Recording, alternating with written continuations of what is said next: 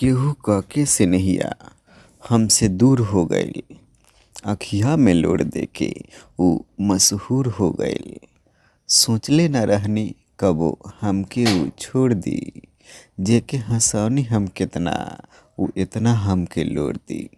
लागता ओकरा मन में खोट जरूर हो गईल।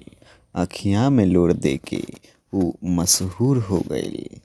एमे ना ओकर दोष बा ना हमार दोष बा, खाली अखिए के एमे बेसुमार दोष बा।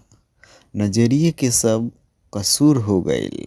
अखिया में लोर देके ऊ मशहूर हो गईल। कबो कहत रहे बा जिंदगी भर के वादा तो से, तू भले मुंह फेर लेबा बाकी टूटी ना इरादा तो से।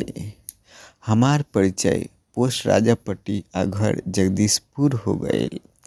बाकी अखिया में लोर देके ऊ मशहूर हो गईल। न नामे भइल न कोनो कामे भइल, झूठों के जियौला बदनामे भइल। ई जिंदगी के सबसे बड़का कसूर हो गईल। अखिया में लोर देके ऊ मशहूर हो गईल।